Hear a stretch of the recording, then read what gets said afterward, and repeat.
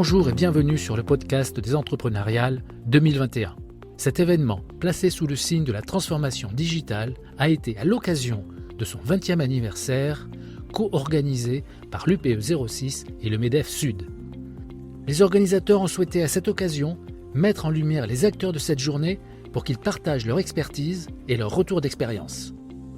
Je suis Alexandre Benoît, journaliste et fondateur de l'Effet Podcast, marque spécialisée dans la conception et la production de podcasts d'entreprise. Interview. Bonjour Catherine Brun.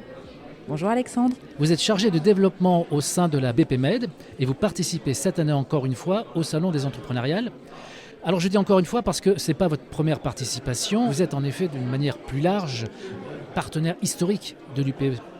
Tout à fait, la Banque Populaire Méditerranée et auparavant la Banque Populaire de la Côte d'Azur. Nous avons un partenariat historique avec l'Union patronale des Alpes-Maritimes.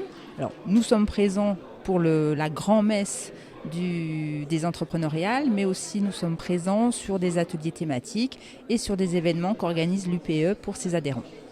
Au sein de la BPMed, vous êtes chargé à la fois du financement des artisans commerçants et de l'accompagnement des entreprises innovantes sur le territoire des Alpes-Maritimes, sujet qui est au cœur de la thématique de ce salon. C'est vrai que cette journée-là nous permet effectivement de voir tous les acteurs majeurs de l'écosystème niçois et plus généralement du département, donc tous les acteurs majeurs de la création qui sont présents, que ce soit la BPI, que ce soit toutes les structures d'accompagnement. La BPI qui est un acteur majeur sur le sujet de l'innovation.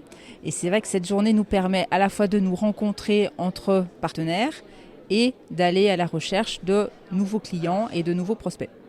Aujourd'hui, vous participez à une table ronde dont le thème est les facteurs clés de la réussite d'une création d'entreprise ou d'une reprise d'entreprise. Alors dites-nous, quels sont les facteurs clés ? Alors c'est vrai que chaque année l'UPE organise cette table ronde qui remporte toujours un succès, même si le thème effectivement est redondant. Alors les facteurs clés d'une création. Alors avant toute chose, avant de parler chiffres, avant de parler business plan, c'est l'humain. Est-ce que j'ai en face de moi quelqu'un qui a l'envie d'entreprendre ? Parce qu'on ne devient pas entrepreneur par dépit. Parce qu'on ne retrouve pas un job en tant que salarié. Il faut vraiment avoir une motivation, une envie profonde de créer. On voit de plus en plus, suite à la crise Covid, quand même des personnes en reconversion professionnelle. Donc des gens qui, à 40, 45 ans, n'ont plus envie d'avoir une hiérarchie, d'avoir une certaine pression et qui se lancent dans l'artisanat, dans le commerce. On a beaucoup de personnes qui se lancent notamment dans le commerce en franchise, qui permet d'avoir un support et une aide pour pouvoir se lancer dans le commerce de proximité. Donc ça, effectivement, l'envie d'entreprendre. Après, bien évidemment, c'est l'accompagnement. C'est de savoir écouter son expert comptable, son avocat. On a l'avantage d'avoir sur le département énormément d'aide par des structures d'accompagnement. Voilà, écoutez-les.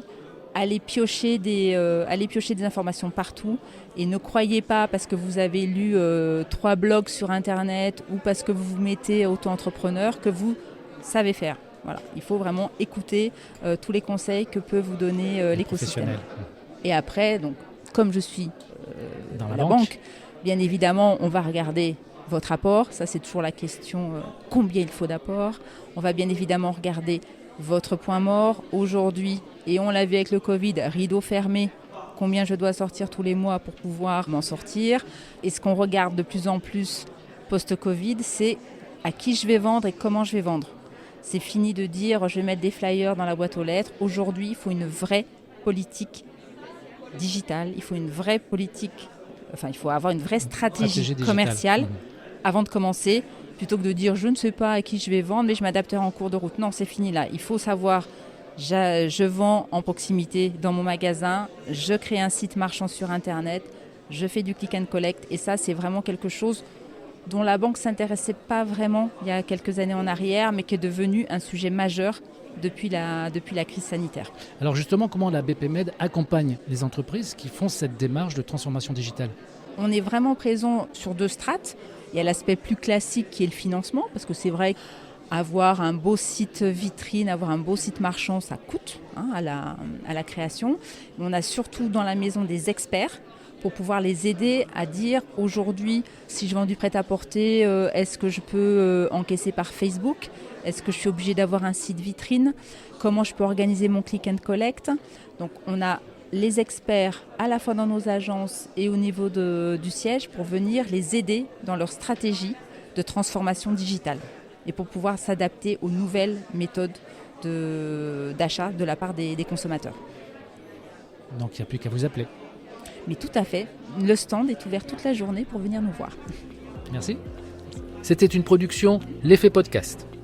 Retrouvez toutes nos solutions pour la création de votre podcast en entreprise sur www.l'effetpodcast.com.